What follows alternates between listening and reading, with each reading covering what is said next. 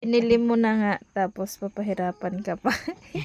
Susi. O, sa mga kapwa namin na hindi masyadong kumakain ng mga ganito. Ganito siya binubuksan. Tinatanggal to. May susi. O, hawakan mo yung video, mama.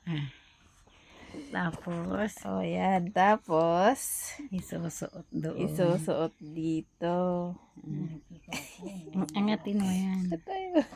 Yan. Ayan. Tapos ipipilipit. Tapos, pipilipit mo siya ng Ganyan. ganyan.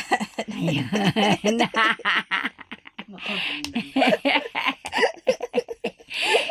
Si mama tuwag-tuwag. Ayun, kasi di ko alam, di susi. Sabi ka, wala, nag-iisip ako, ay, oo nga pala, may ano pala sa gilid yun ko na.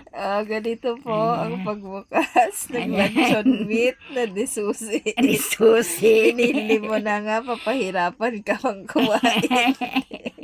Magluto ka na. Aray ko. Oh, Oh, wala, nasira nabura na.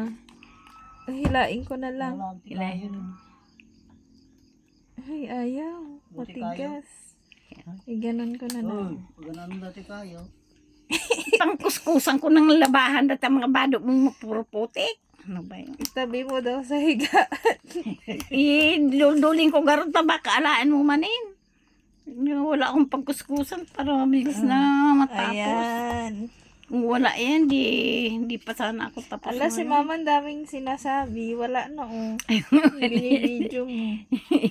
Dami pong drama sa buhay. Kasi Ayun, pilipitin. hirap na hirap na.